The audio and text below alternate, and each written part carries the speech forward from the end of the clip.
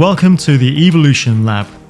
I'm Matt Roberts, and my mission here is to guide and inspire you to optimize your health, performance, and longevity so that you can live your longest, strongest life as the fittest, healthiest, and most vital version of yourself.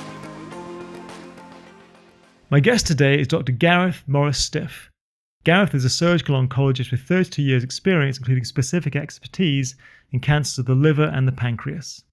He's the Global Chief Medical Officer for Equilibrium Labs, where he's developed phytomedicines to aid metabolism dysfunction associated with fatty liver disease and cancer chemotherapy-related adverse events.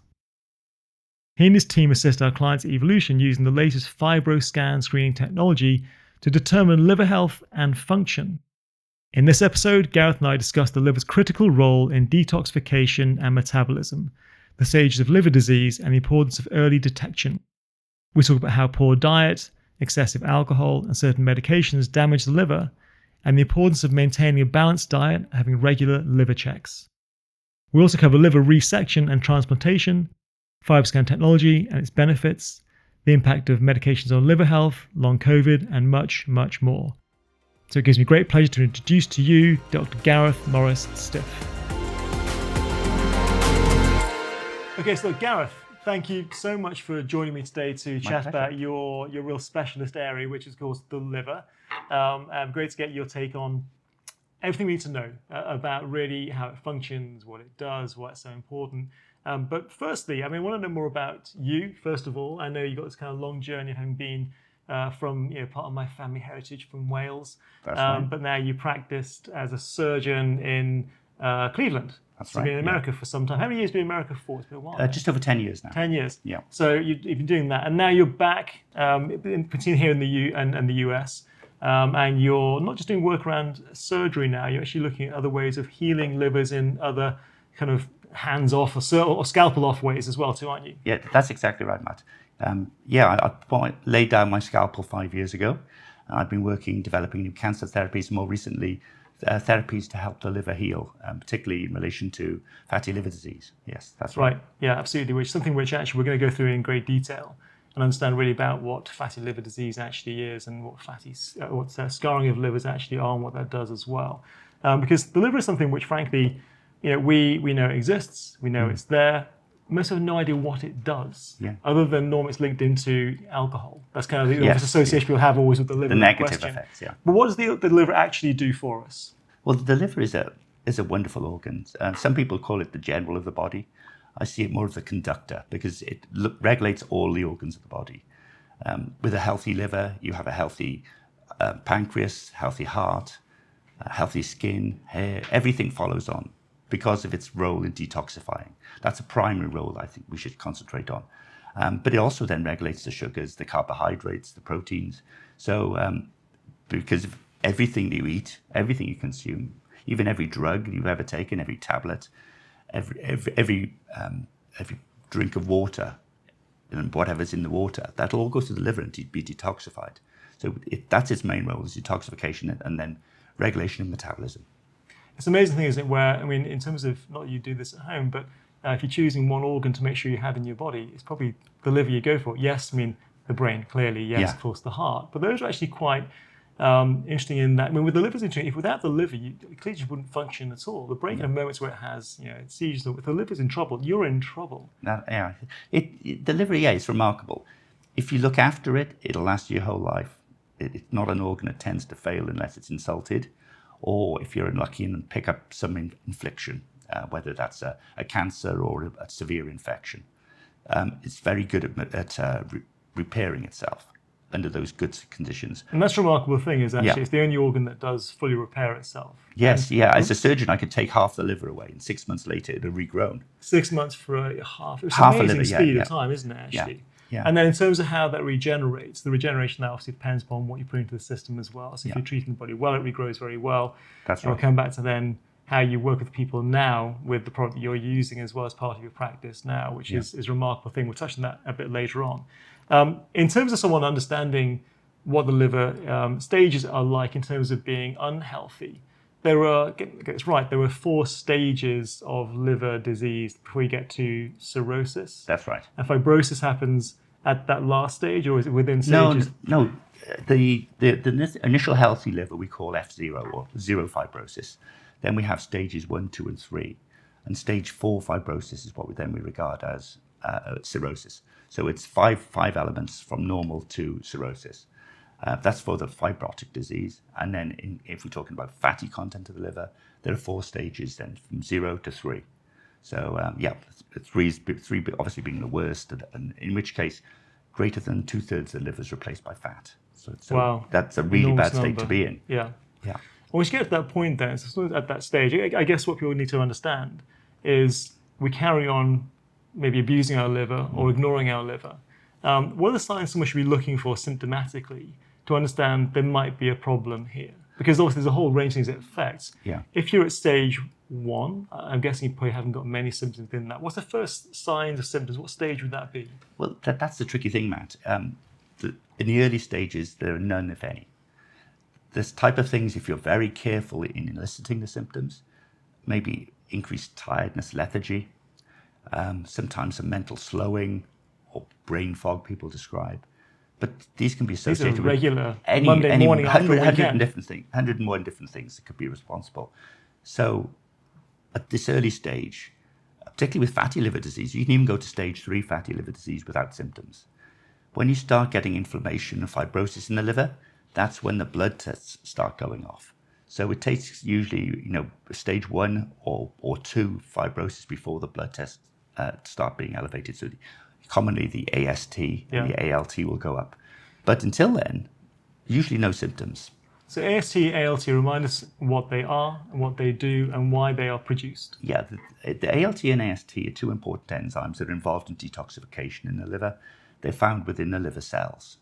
Some liver enzymes are within the liver cells, others in the lining of the bile ducts. So depending on the type of pathology in the liver, selective enzymes may go up. In some cases, all the enzymes are elevated. If we're talking about fatty liver disease, it's usually the ALT and AST are the first to show an abnormality. Is that a sign then of the cells actually beginning to die off? Getting inflamed and irritated, Right, yeah. And then, yes, you're right. The next stage is being that inflammation turning into scarring and fibrosis. Yeah, got it. In which case then you're then in trouble at that phase. Yeah. So in stage 3, 4, in this sort of phase of where you're becoming cirrhosis in the liver, at that point we're going to see some more marked changes in somebody clearly. Yes, that's when stage 3 and into 4 is when you start getting those typical symptoms. When you start getting jaundiced, itching, then you start changes in the color in the urine, in the feces. These type of things start to occurring because in relation to the jaundice. You may have problems with coughing or vomiting blood, passing blood by the back passage. These type of things are also significant of severe liver disease. So at that point, so as a surgeon, it's the whole thing again. If someone's got to that point, they've got all those clear symptoms, they've gone to their doctor, we're hoping and assuming at this point, they've then come to see you because actually time to intervene and try and slice away at the liver. Once you're into there, even someone at that stage with that degree of damage and fibrosis, and you take away, say, half of the liver to make sure we can take away what's not working well, at that point, even at stage 3, 4, and you take it away, the regeneration looks like what? If they change nothing in their lifestyle, does it come back as being clean for a bit and then get destroyed? Well, regeneration at that stage is actually very tricky and doesn't always occur. So slows right down at that point. It really depends. So if they've got severe fibrosis or cirrhosis, early cirrhosis, it's what we call compensated. So they're able to adapt a little bit. You can perform a liver resection up to half of the liver if, for say, they have a cancer. And you can remove it. Their recovery is not as good as somebody without cirrhosis. It takes longer. It's more prolonged. There's a higher risk of liver failure and all of the complications associated with that, but it can occur. So it's not an absolute if you have severe fibrosis or cirrhosis to have a liver resection. If it's not for cancer and it's just for a general decompensation of the liver, then at that stage, we don't tend to resect the liver. It's more time for a transplant. So you take the whole organ away, replace that whole organ with a new fresh one, which would then be healthy, hopefully, for the remainder of that individual's life if they look after it. Yeah, that makes absolute sense. And then if someone is at that phase, clearly in the kind of the counselling phase, post-surgery, in that case, they're given a clear plan of what to do and change their whole lifestyle setup. But now what you're doing as part of the work with the liver clinic, is you're doing a different form of testing than has been available before, the FibroScan. Yes. Let's just talk through what that looks like. Yeah, sure. Well, FibroScan is a form of ultrasound. It's the technical name is elastography. So it's looking at the stiffness of the liver. Because of the scarring process, the liver, which is normally a nice soft organ, as it becomes scarred, becomes harder. And as the liver becomes harder, the sound wave will, if you shoot a sound wave into the liver or a shear wave, it moves faster. And moving faster, it gives us a higher value. So when we measure the stiffness of the liver, a higher score means a more damaged liver. So we're using that process, which is non-invasive, no radiation, and it just involves a flick of the skin to send a shear wave into the liver. So that then it is used to identify the fibrosis in the liver. And the same test can also quantify the degree of fat in the liver. So you get a 2-for-1 fat and fibrosis. And this takes about 10 minutes, isn't it? It's a very quick scan. It's amazing. The average patient, 5 to 10 minutes. And yes, that's for the standard patient. Sometimes we've got a couple of areas. If patients are a little on the larger side, it can be harder to target the liver. And also the very slim, small ladies are particularly difficult because they have very narrow rib spaces. In order to get a good picture, we have to shine it through the ribs. So we have to get them to extend and contort a little in order to open up the lip. So that can take a little bit longer. It's a funny thing because I know I had my scan done with you guys, and I think I speak for most clients and most people who've been listening to this as well, is that the anxiety that people have over getting a liver scan done is really high. Yes. And even if you know you're healthy, even if you assume that you're fine, it's still that one thing. I think it's that stigmatism that's based around the idea it's alcohol related. And what if you get this thing and people think then that you must be drinking a lot of alcohol? And of course, in most cases, it's not. And we'll come back to NAFLD and MAFLD in a moment too, what they actually really are and what they do. But the stress over the scan is enormous. Of course, getting then and thankfully got a good scan report back, which is all fine. But it's really good to understand. I do know people are put off test themselves like everything else in life, like testing for cholesterol, testing for whatever you like, just in case you find the wrong thing. What's great with the test that you do is it's so quick. The information you give is so instantaneous. But not just that. I mean, we should talk about the product you're using to then help to clean that liver up, because when I talk about the stages of fatty liver and stages of fibrosis, it's fine to know what you've got, but it's useless if you can't change it. So now you've got a product called Deliverance that you recommend. Let's talk through what that actually is and what's inside that. Sure. Deliverance is a really cool product. It's a phytomedicine or plant-based medicine. It was developed over a period of 18 years, and it contains 17 natural ingredients. There's no artificial colours. This is a non-medication. Non-medication. It's a supplement. It's a supplement, yes. So 17 different herbs and roots, all blended very carefully using... So it's traditional medicines from India, Korea, and China, blended using the latest techniques in formulation to create a concentrate that is very rapidly absorbed and gives you an instant mental boost because of the neurotropic effect, and it instantly gets to work in helping to heal the liver by providing a very strong antioxidant, anti-inflammatory defense. So most of the damage that occurs to the liver, no matter what the disease, and not just the liver, most of the disease you experience in your body are driven by oxidative stress, which is an imbalance between attack and defense. So if you have a very strong attack and a weak defense, you'll have damage. If you have a very strong defense and weak attack, you're safe. So we want to give people a strong defense, so even if they do have a strong attack, they can ward it off. But in the normal day-to-day activities, when there's a weak attack, there's more than adequate capacity to deal with anything that's thrown its way. It's amazing. I mean, it's great. So within that then, there's 17 different herbs that are there. It's obviously based on, say, Chinese medicine, Ayurvedic medicine. It's a blend of these things, the best of each of the areas, really. And they act, I guess, as some form of in part anti-inflammatory, in part an antioxidant. That's right, It's a real cleansing that combination. Product. And as someone taking this, what I found, we spoke some time ago about this, I find most amazing is the time frame between someone who's even in fairly advanced stages of fatty liver disease and fibrosis is the time since you start taking the product and how quickly it then goes away. Because you have horror stories about someone come to see someone like you have to be sliced open and take part away, hope it regrows, or get a transplant in worst cases. But someone, I think you said to me, someone who's at stage 3 of fatty liver, they take this product twice a day for 6 months? Yeah, up to 6 months. Yeah. Well, you're right. It's remarkable how quickly we can turn the liver around. So we always recommend that our clients adopt a clean diet and exercise more. So the general things that the general practitioner would tell them to do. But until now, the general practitioners had little else to add.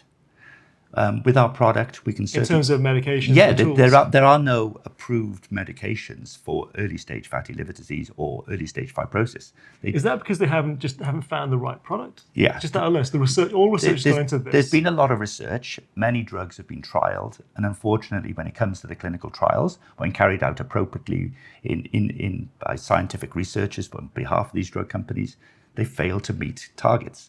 They have not met their deadlines. So they can't be incorporated, they can't be approved. So what we have is a supplement, so like you said before, not a drug, but a supplement, all natural. And you can convert somebody from a stage 3 fatty liver disease back to stage 0 within 6 months with 2 vials a day. And that alone is remarkable. It is. I mean, it's never been seen before. It's a shot of a drink, isn't it? Yeah. It's a remarkably 23 mils. Yeah. Quick amazing. shot. Yeah. And in terms of there's someone, obviously, again, from my experience with this, is that having had a good scan, all fine, my interest in the product is not just about cleaning things up. It's more how can it optimize. Yeah. So someone who's got a healthy liver, a healthy system, it still has a great benefit to ensure that it stays that way. Absolutely. Any other benefits beyond that? To do other sort of a cleansing from the body and the system? I guess it's good for the kidneys as well, perhaps, and good for the pancreas. Yes, you're absolutely right, Matt. By healing the liver, you put the body in a really strong position.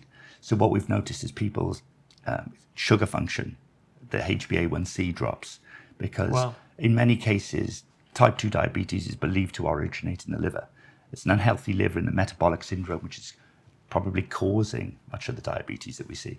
So if you improve the liver, the sugar metabolism improves. Likewise with cholesterol, you can improve the cholesterol levels by improving the liver function. The enzymes in the liver that convert the cholesterol into its various forms become more active, more effective, and therefore the cholesterol levels fall. We see this very, very frequently. But you're also right, outside the liver, there's a lot of work to be done in the heart. A big part of metabolic syndrome is heart disease and stroke. So by improving the function of the liver, there should be a significant improvement in cardiovascular disease and stroke in the long term.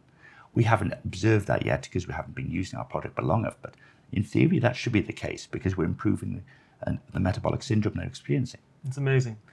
With metabolic syndrome in mind, we should probably go into more detail over, because people are hearing this term more and more. Yeah. I'm saying about more to the press as well all the time. It's definitely a thing that's become more aware. People know about metabolism, and they confuse the two things sometimes. But metabolic disorders, metabolic disease, and how... Talk me through the process of what most commonly causes that, because the liver clearly is a large part of that. If we go through then really, in your experience as a surgeon and within the sphere as well, the things that mainly cause breakdown of liver or disease of liver, because we'd assume it's alcohol, but I think from our conversations before, it might not be.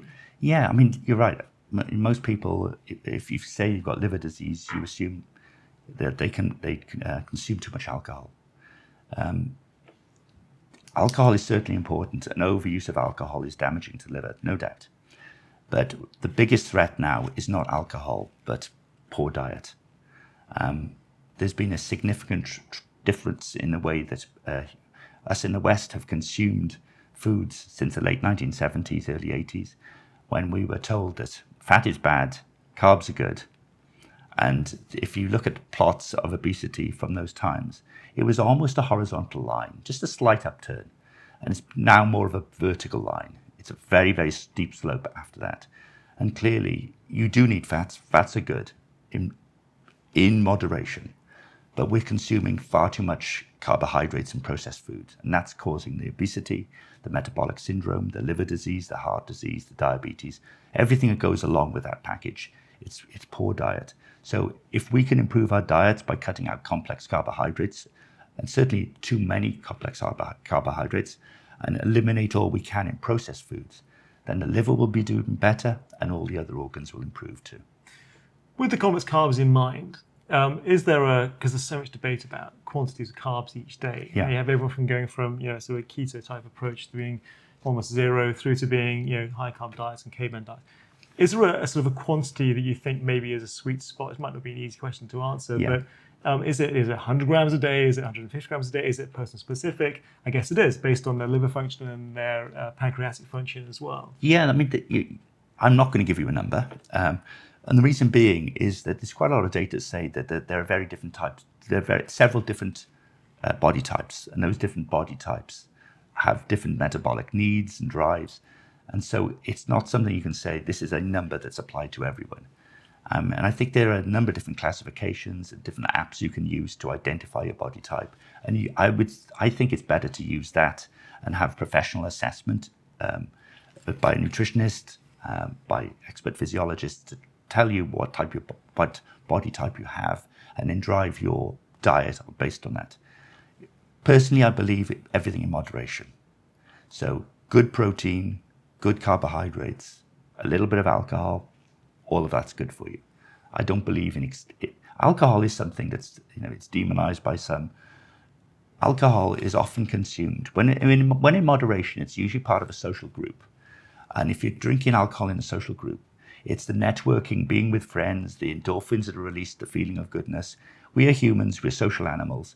If we get too strict on things we like, if you don't consume alcohol, that's fine. But if you do, I don't think there's a reason to stop. Some people like social eating, that's fine too.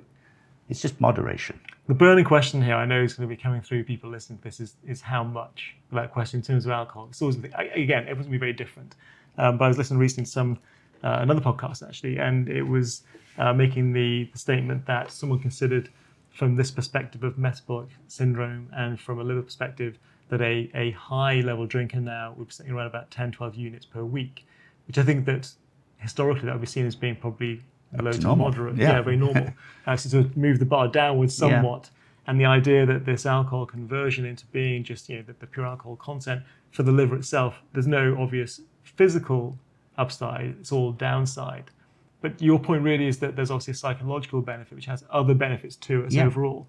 But if someone is thinking about the numbers in alcohol, and we said to someone, well, this is very much the outer boundary at which we know there's probably, if you're relatively healthy and normal, the outer boundary for your weekly content of alcohol should only be this much. Is it 12 units a week? Is it what is it exactly? Again, I think it's the same as what you're asking about the carbohydrates. That people are different. That's some numbers out of your. I know. I'd love to give you definitive numbers, but I think again it varies. I mean, there are some populations in the world, particularly those emanating from parts of Asia, where they lack alcohol dehydrogenase.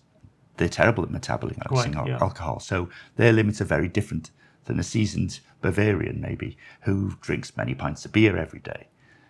The alcohol metabolism is greater, and maybe then the negative effects are less. But so it is more of an individual basis. But I would agree, we should have safe limits. And I think what you quoted are reasonable. I wouldn't hold people to it. I wouldn't criticize someone who drank a little bit more. But I think we have to have some form of a limit that we expect to be within to try and maintain the ideal liver. But that said, it's all, like I say, it all depends what else you do. Some people drink a little bit more alcohol, but they don't consume pure sugars. Yeah, sure. So there's a balance there. So people have different favorites, and again, you can balance out. You can have. I know people who say, "I'm going out for the evening. I want a dessert, so I'm not going to have a glass of wine." Yeah. So it's a balance. Absolutely. If there's going back to your point actually about the heritage element of this, if there are people who know whether that's an ethnic group or whether that's whatever the group might be, in terms of the ability to consume alcohol, having the enzymes available and ready to digest the alcohol. And my understanding is that if you have a familial role or background of a parent or parents who were drinkers, the chances are, a good chance you might be a better drinker than some of your peers could be. It doesn't take away the damage element, does it? You might be able to consume it, but you're still damaging in the exact same way. Yes, I think you're right there. There are certainly, there's genetic links based on probably the induction of the enzymes that you acquire that tendency to be able to drink more. So your example of the Bavarian background family, Yeah. the chances are this historically big drinking group. That's right. And then there'll be genetic, or either, if not genetic, epigenetic factors in play here that go down to the genetics. Sometimes they're easy to trace. Sometimes we miss things and we say, oh, there's no genetic link because we just haven't identified it. Or maybe it's actually not present, but it's an epigenetic link, which we understand even less in genetics. Yeah, quite. Absolutely. These sciences are evolving every year, but there's still a lot to learn. So with the, again, with the metabolic syndrome in mind, and go back to that point about carbohydrates, and obviously people are thinking about now, what is it that's causing this in my system? So with processed foods, and processed foods are a bit of a minefield as well, is when do you call a processed food, and which processed food is acceptable and not acceptable? Yes. So, it's a kind of wide scope and spectrum. Yeah. Are we looking really at mainly the higher content of refined sugars, the high content of salt? Is it the preservatives? Is it the colorings? Are they the worst? Which are the worst parts within this? I personally am not going to attempt to define that. To me, it's a mixture of the both. Yeah. I mean, we've seen a lot of social media in the last few months, presentations in Congress in the US, where they've actually looked at American companies who sell their products in the US and in Europe, and the ingredients are far more numerous and far more toxic in the US. And they tend to be colors, preservatives, the sugar content, hydrogenated fats. These are the types of things that are clearly bad for you and clearly provided to many populations around the world. Yeah. European legislation prevents it in many cases. But we do know what's bad, but we continue to add it to our food. And I think that's what we need to do, is try and remove what we know to be bad from all food.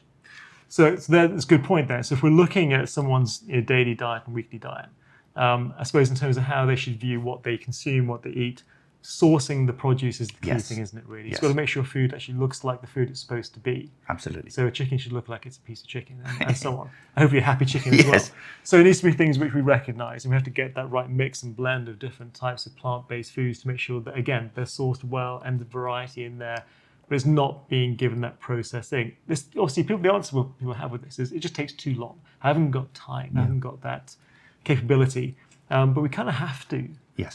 Because combining not doing that with high levels of alcohol consumption with sedentary lifestyles means that our metabolic syndrome people are getting worse and worse and worse, and probably turning a blind eye to not wanting to know where they're at and wondering why they're not losing weight. Yeah, well, that's a big thing. Yeah, you're right. That last point about wondering why they're not losing weight, we see a lot that there's no doubt that if you're obese, you have a much higher incidence of fatty liver disease.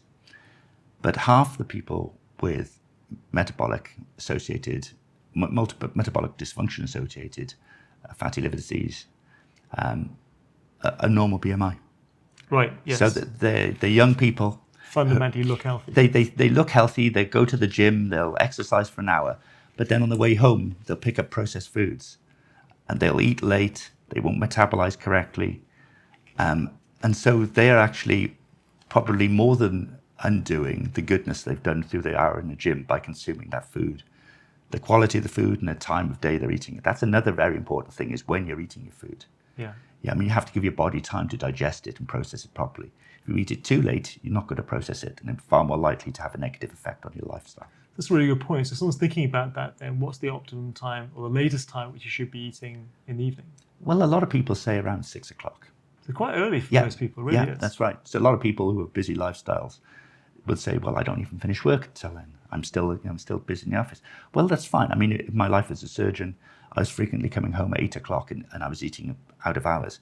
Now that my lifestyle's changed, I make sure I eat around 5 to 6 o'clock every night.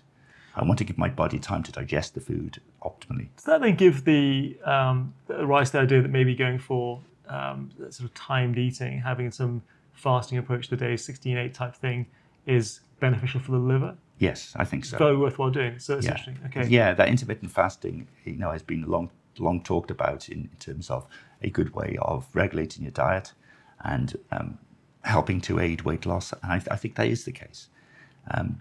If you think back to Neanderthal times, we didn't have refrigerators.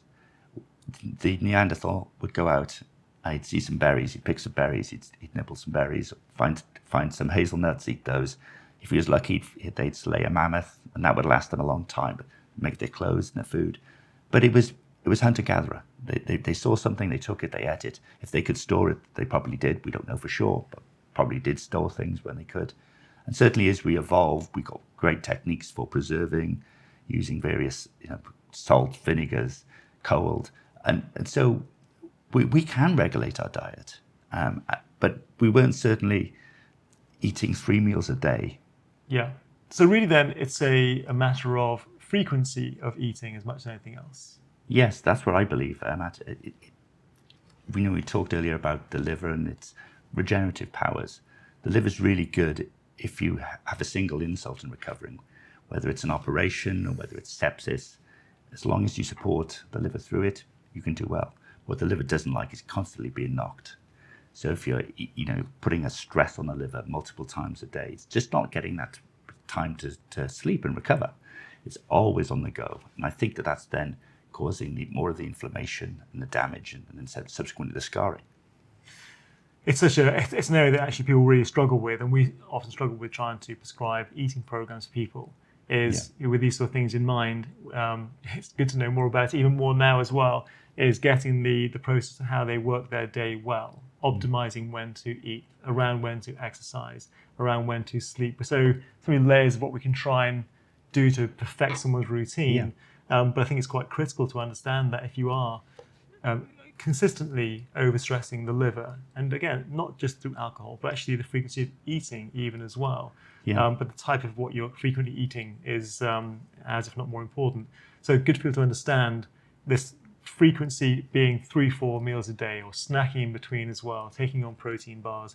This could actually be doing more harm than good. I believe so, yeah. So we're going for, if you have some protein, we spoke before about this, it's better to have a piece of steak. Yeah.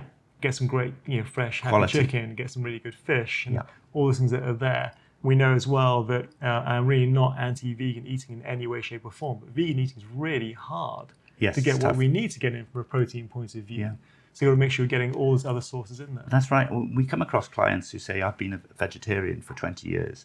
How come I've got fatty liver disease? And then when you look at it, I think I've worked out what the problem is. I saw a meme about the quantity of protein you need to eat. Well, I should say the quantity of vegetable matter, of legumes and other vegetables you need to eat in order to get adequate protein. It puts a huge glucose load on your liver. Of course. So if you have that sudden influx of glucose load in a meal, then your body can't cope. That glucose gets converted eventually into fat. Yeah, absolutely. So I think that if you're a young vegetarian, particularly young ladies who want to be slim, it's okay. They're not thinking about maintaining their proteins.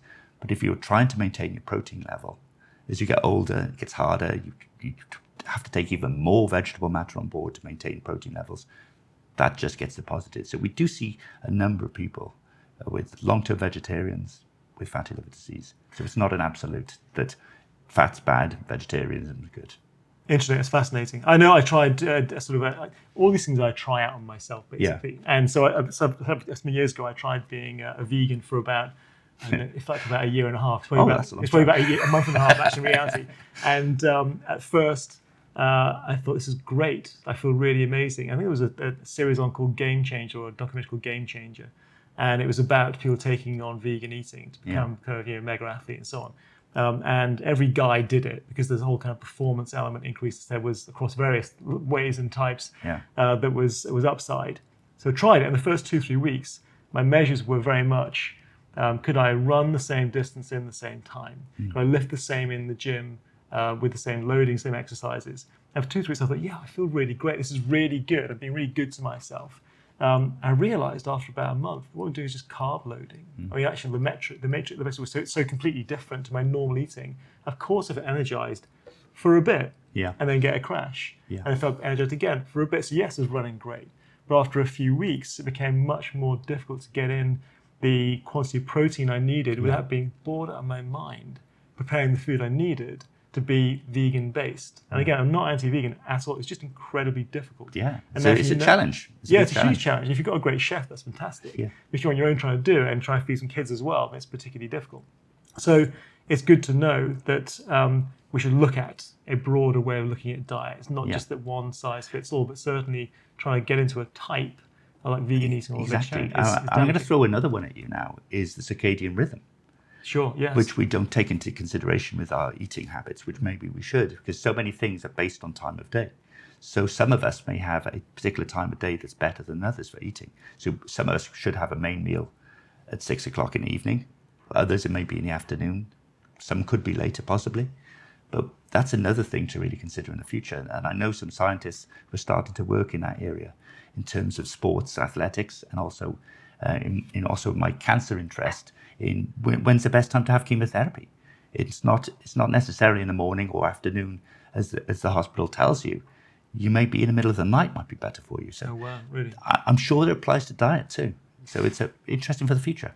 We should touch upon your work in cancer as well, because something we spoke about as well before was the points at which cancer becomes relevant, problematic within the liver, and which stages of fatty liver that associates to. And I was quite shocked when we spoke about how early that is.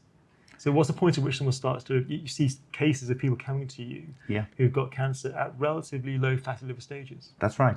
So with traditionally with liver disease, if we're thinking of something like alcoholic liver disease or hemochromatosis, iron overloading, the cancers occur usually after you've got fibrosis, severe fibrosis and cirrhosis.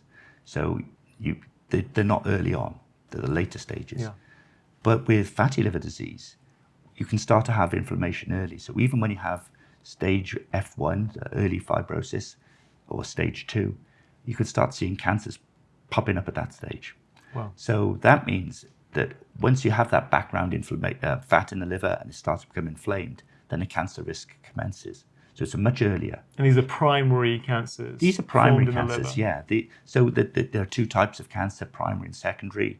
So secondary cancers are also referred to as metastases, so they've spread from somewhere else to the liver. That's pretty common. But the primary cancers, globally, it's a huge problem, primary liver cancer. Sixth most common cause of cancer, fourth most common cause of cancer death. So a big issue.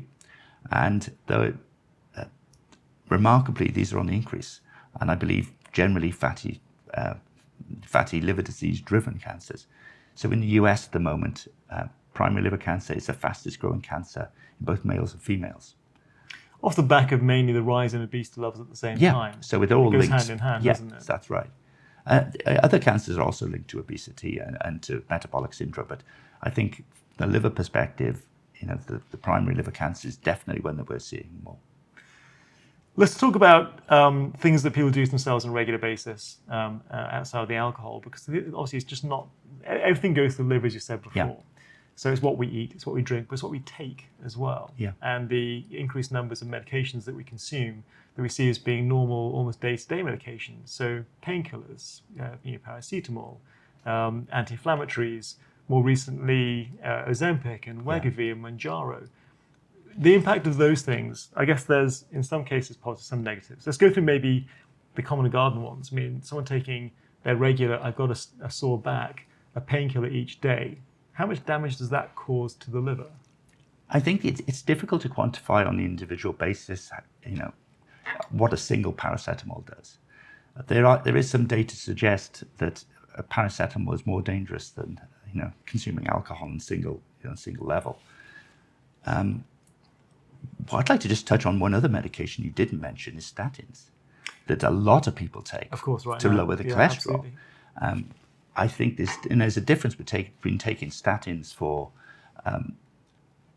a very high cholesterol, which high cholesterol definitely associated with heart disease, but some people have very borderline cholesterols, and there are also a lot of people prescribe statins preventatively.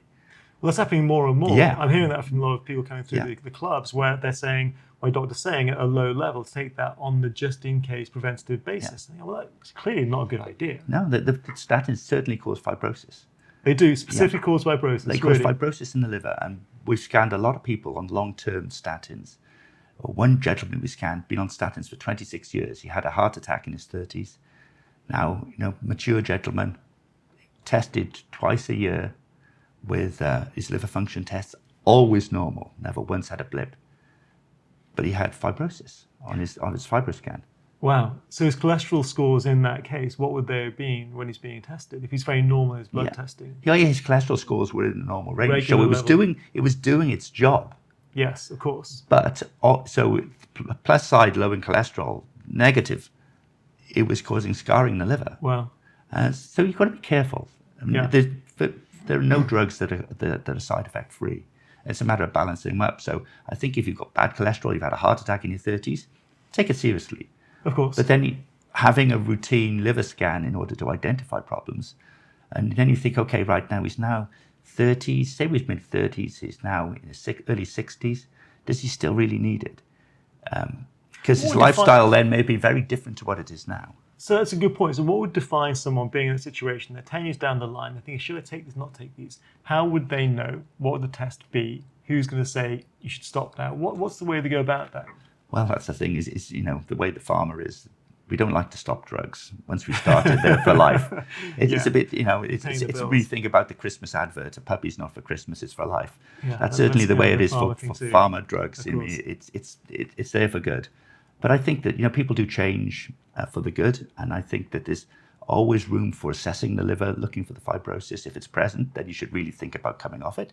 Because if you continue with it, particularly if you've got steatosis or fat in the liver, as we've talked about, that's a risk factor for cancer. So if you've got fat, and the statins don't necessarily mean you've got no fat in the liver.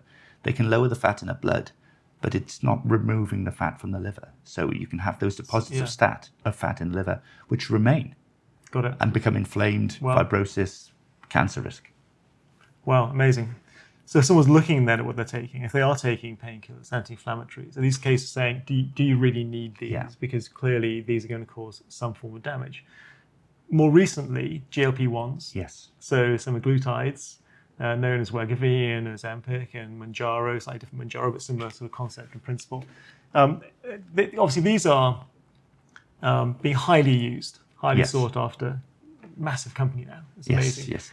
Two biggest grossing companies at the moment. Two big, they are unbelievable, aren't they? It's incredible. So with those, they clearly have good upsides in that they help people to limit their eating and therefore lose weight. And we can discuss till the cows come home over what weight they're losing and how much that's going to impact them in a year, 2 years when they're off the drugs themselves and if that comes back or not. That aside, whilst taking the product, is there a damage to the liver specifically in taking the products? Are they damaging in any way? We don't know for sure. What we do know from the trials to date is they're not removing fat.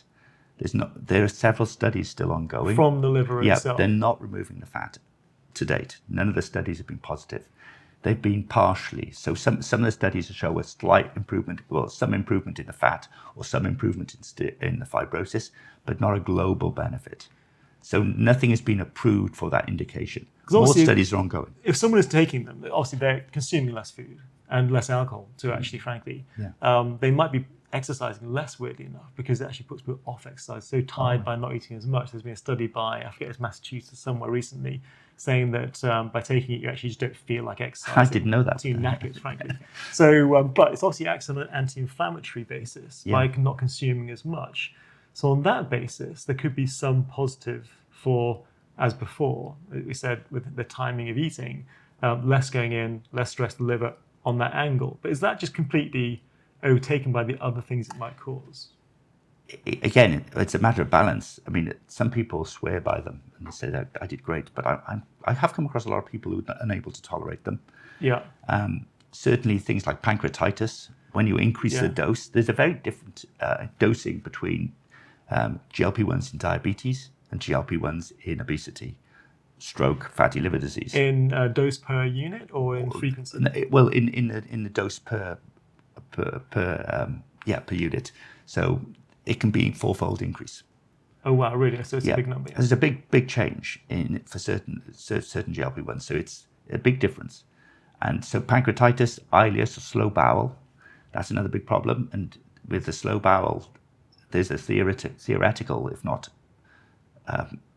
certain physiological side effect of when you slow the bowel down, the bacteria which are omnipresent in the bowel, particularly the bad ones that usually are trying to eliminate, they can proliferate to end up with a poor microbiome as a result of the sloping of the bowel. The bad bacteria overtake the good ones. So if you're in these situations, you have to be aware that some good, some bad. And the idea of the pancreatitis being high, because it's acting on the pancreas. And one concept, we've talked a lot about fatty liver disease, but in my surgical experience, and also now it's been documented a lot more in the literature, at the same time that the fat causes fatty liver, it's also causing fatty pancreas. So there's fat deposition in the pancreas that becomes inflamed. And I have a hunch that's why we're seeing pancreas cancer in younger people. For the same reason, the fat's being deposited, that's becoming inflamed, fibrosis, cancer. So if we're doing this and all of these metabolic effects and inflammation-driven effects, there are going to be side effects. In fairness to the manufacturers, they do say that they shouldn't take it for more than, I think, 2 years is their outer boundary. I guess with this in mind. But people are going to be taking this for longer because you can get this through various sources and keep on going and going. Unofficial sources. Unofficial sources. And it's used as an off-label product. So it's something which clearly is going to be abused literally to death. If someone comes, two parts to this, if someone comes off these things, all those areas that might be affected, like pancreatitis or the sluggish digestion processes, are they going to stop being a problem when you stop taking the product? Or is there an ongoing linger to this as well? I would guess that there are ongoing issues because you've got that inflamed, the fatty pancreas we talked about, and additional inflammation whilst on the drug potentially. That's not going to automatically resolve immediately. You've set up that inflammation, that cascade is ongoing. Yeah. So I think it's more likely to be there. It may wean over time, but it's not going to disappear.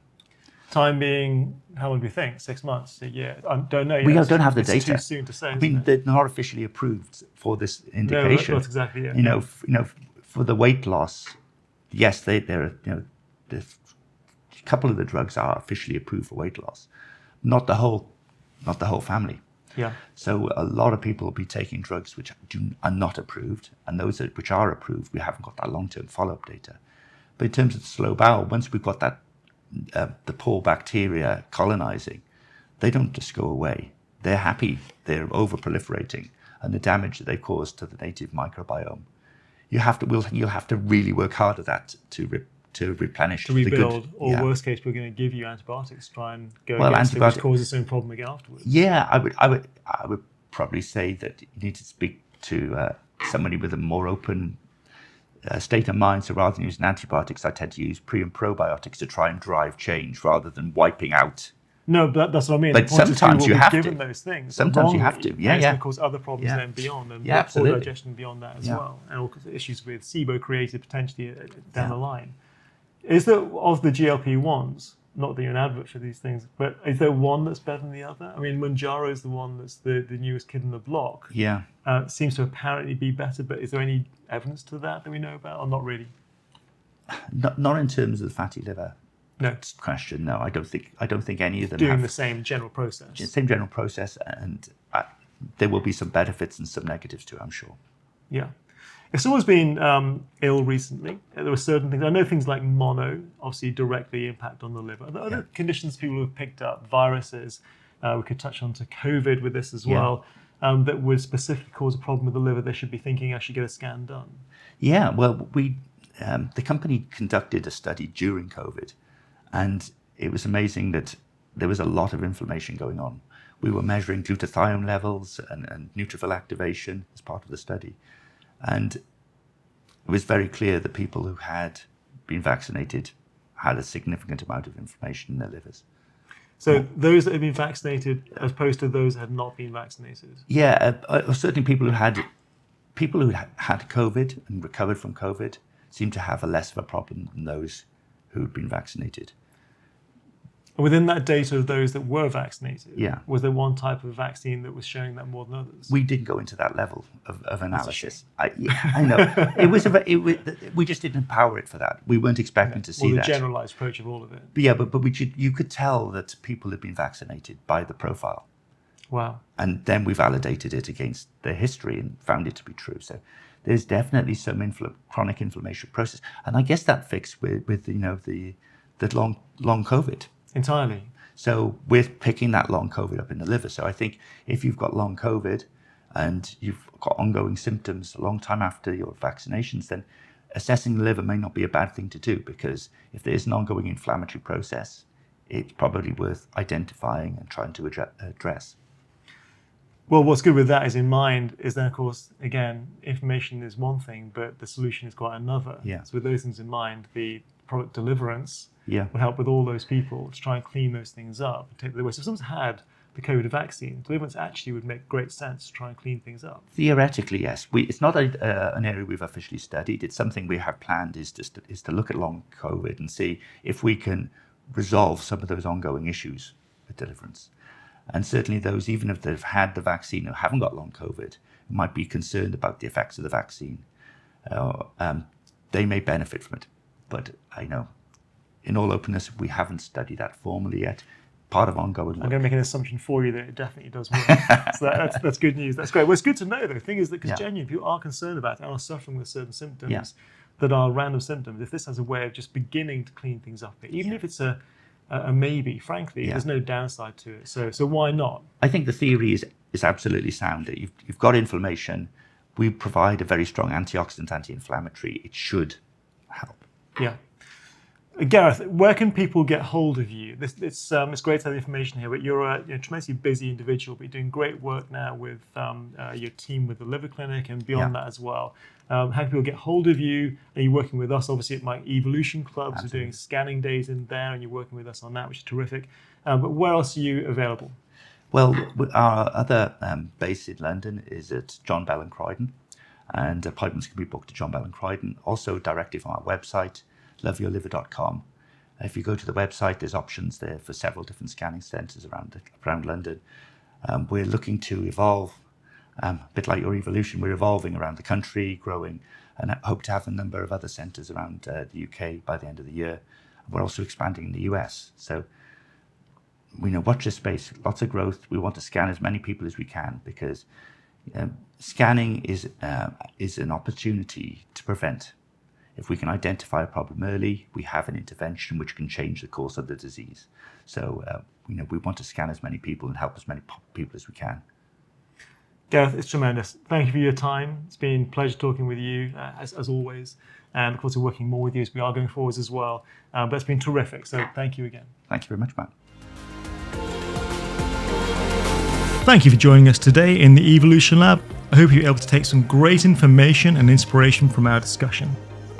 And while we love creating motivational and moving content for you, what I'd love for you to do now is take from today's episode what felt most relevant to you and apply it.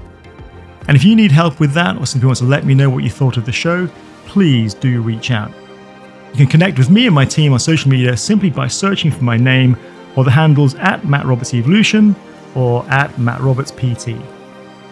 Alternatively, head to my website, mattroberts.co.uk, where you can find out about the work we're doing at Evolution and get even more info about the show.